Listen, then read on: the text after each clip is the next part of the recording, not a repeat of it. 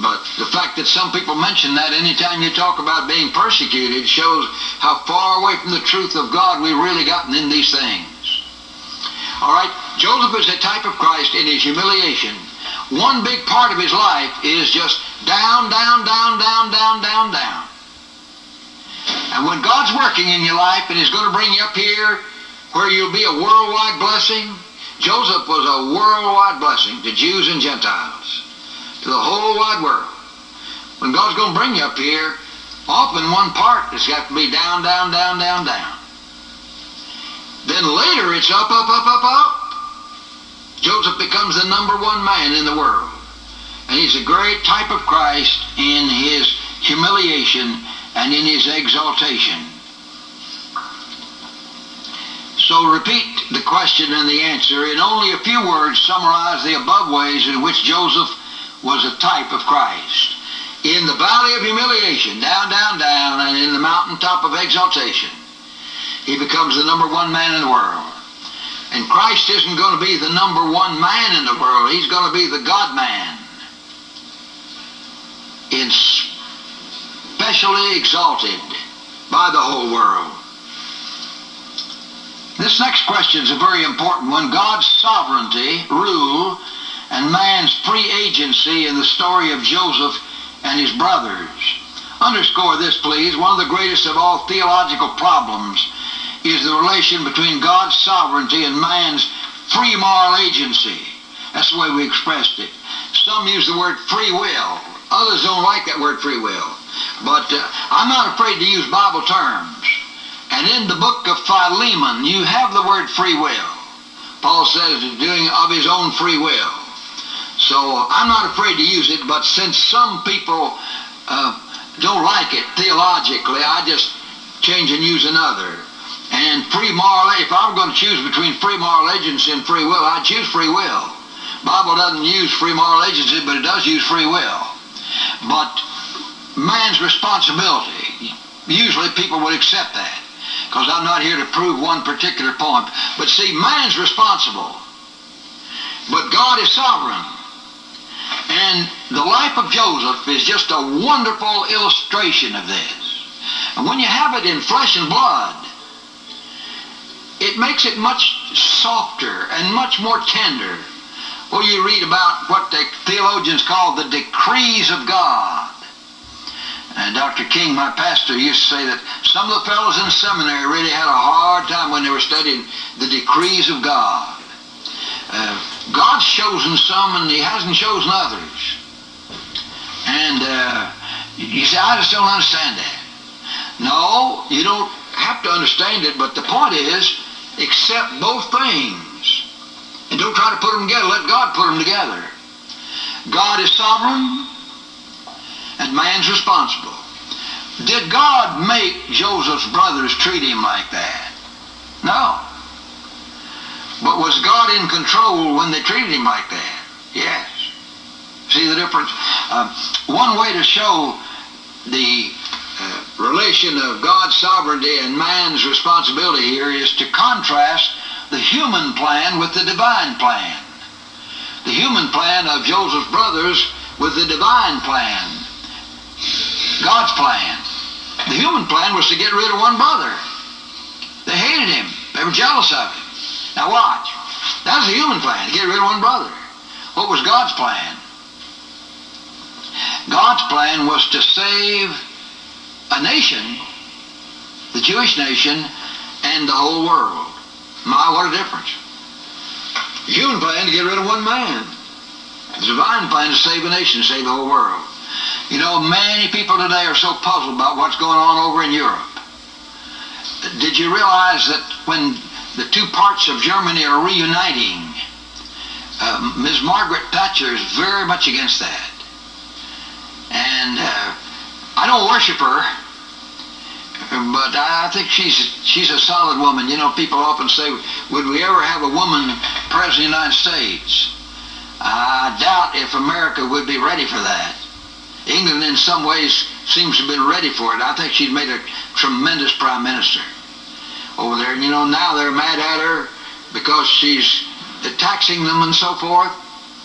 Well, let them be mad. I've been reading a little bit about that. Some predict that she's going to come out on top. They call her the Iron Woman, you know, the woman with the iron will. And she's against the two parts of Germany reuniting. She thinks it'll lead up to Hitler ultimately, or somebody like Hitler. We don't know. And people ask me, what do you think about that? I feel like my dad used to say sometimes, somebody said, Sam, what do you think about that? His answer was, I've stopped thinking. You know, I don't know, but I know this. The Lord reigneth, and man's responsible for his sin. Both those things are true. Now, notice the divine plan to save a nation and to save the world. Chapter 45, verse 5, and chapter 50, verse 20. I want you to know these two verses, chapter and verse, and content. 45, verse 5. Joseph says to his brothers, you sold me, but God did send me. Isn't that wonderful? You sold me. You say, yeah, the brothers did it. God didn't have anything to do with it. Well, God wasn't responsible for their sin, but you sold me and God did send me. And then chapter 50, verse 20, Joseph says to his brothers, you meant evil, God meant it for good. Isn't that wonderful? You meant evil, God meant it for good.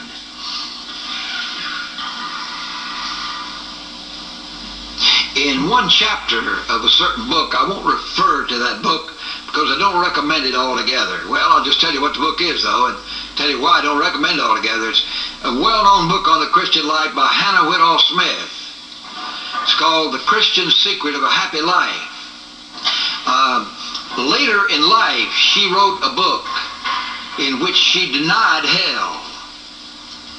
And I know my aunt was very much up in arms about that.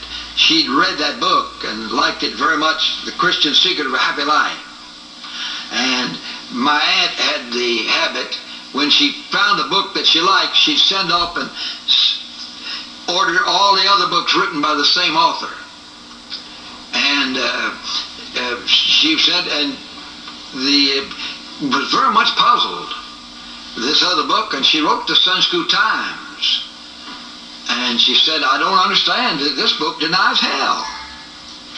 And Sunday School Times said, yes, we regret to say that Mrs. Hannah Whitall Smith, at the end of her life, went off into some of these false things. But she went off into something false when she wrote that book, The Christian Secret of a Happy Life. I used to think that was great. Christian Secret of a Happy Life. That isn't the Bible emphasis. The Bible doesn't give you the secret of a happy life. The Bible gives you the secret of a holy life. The Bible doesn't tell you how to be happy. The Bible tells you how to be holy. And happiness is the byproduct of being holy. And so many like that book. Let me ask you, how many of you have ever read that book in whole or in part, Christian Secret of a Happy Life? Could I see hands? All right, how many of you liked it? Did you like it? Christian Secret of a Happy Life? No, that isn't biblical. See, later she denied hell. First, she went off in the wrong direction in a mild kind of way so that many Christians didn't know it. For years, I didn't know it. I used to quote this. But she does have one chapter there that has some truth in it. And one chapter is this. Is God in everything? Is God in everything?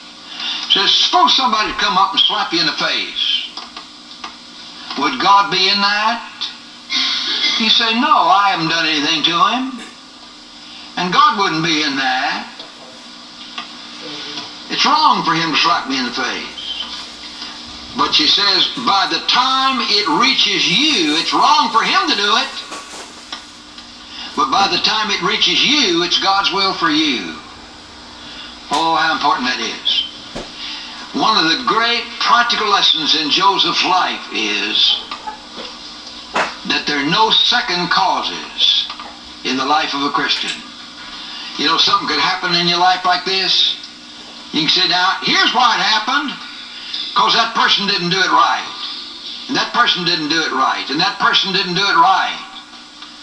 But by the time it reaches you, it's God's will for you. Oh, how we need this today. When we're dealing with the race question. I'm talking especially to you, dear friends. I did enjoy being with you. Looking forward to being back with you sometime up in Norfolk. But you say, slavery was wrong. Sure is wrong. But it got the colored people over here where they can hear the gospel. On the radio, and sometimes in person. And you see, is God in it? Yeah, God didn't call it slavery's wrong. Slavery's wrong. Slaveholder was sinning against God when he owned slaves. But is God in everything? And oh, how important that is in the Christian life. You say, if people hadn't treated me like this, then things would have been different. Surely. Things would have been different in my life if people hadn't treated me the same way, and vice versa. It'd be different for them if I hadn't treated them the same way. But by the time it reaches you, it's God's will for you. What was the human plan to get rid of one person because they were jealous of him? They hated him. God's plan was to save the Jewish nation and the whole world.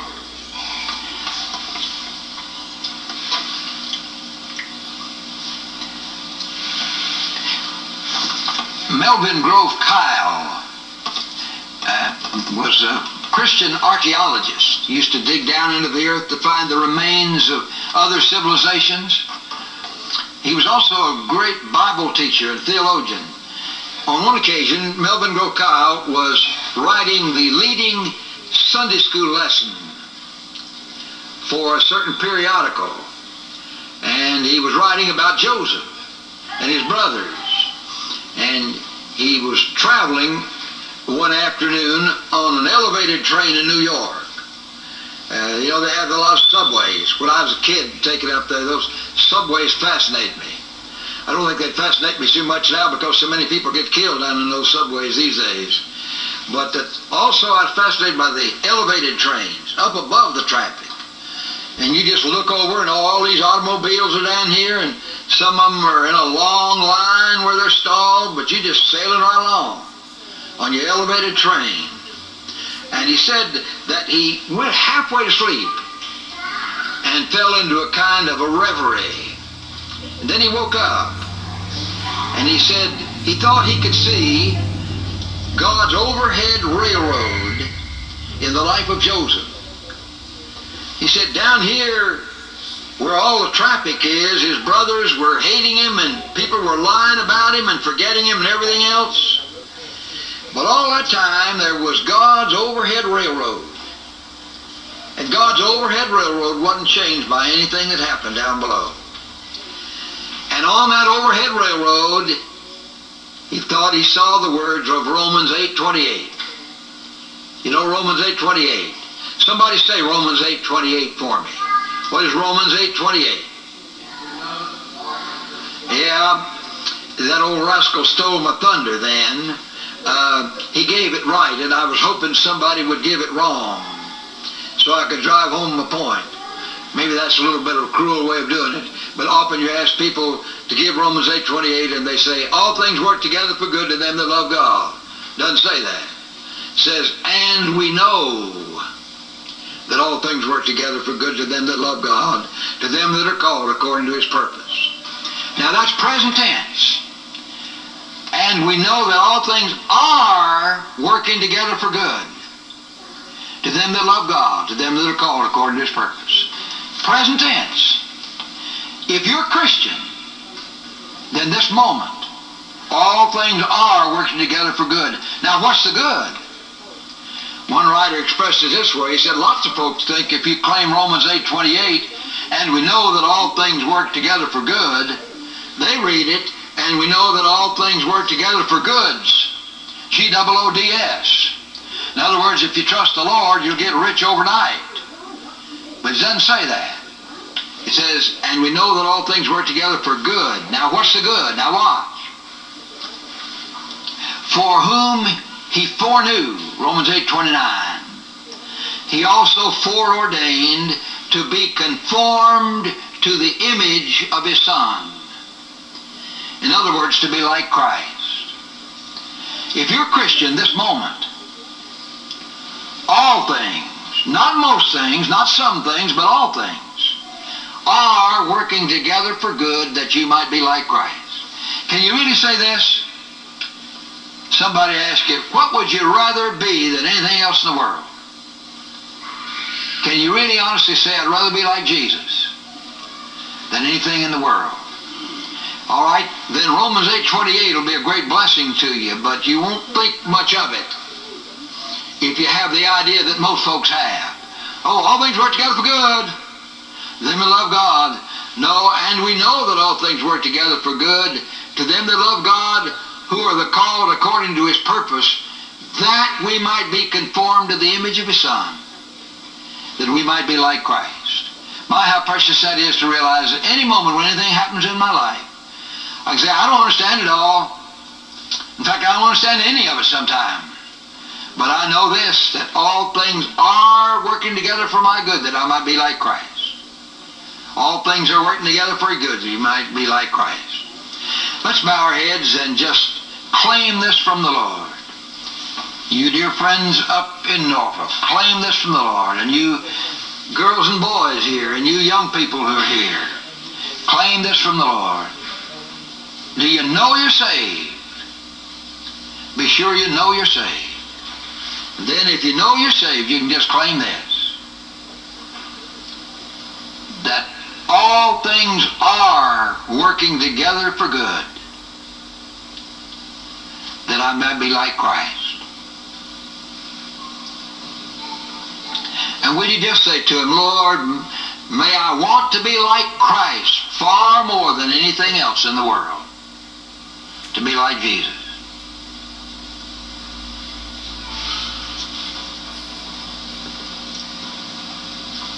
Let me say the verse like this and ask you to say it aloud with me after I repeat it 2 or 3 times.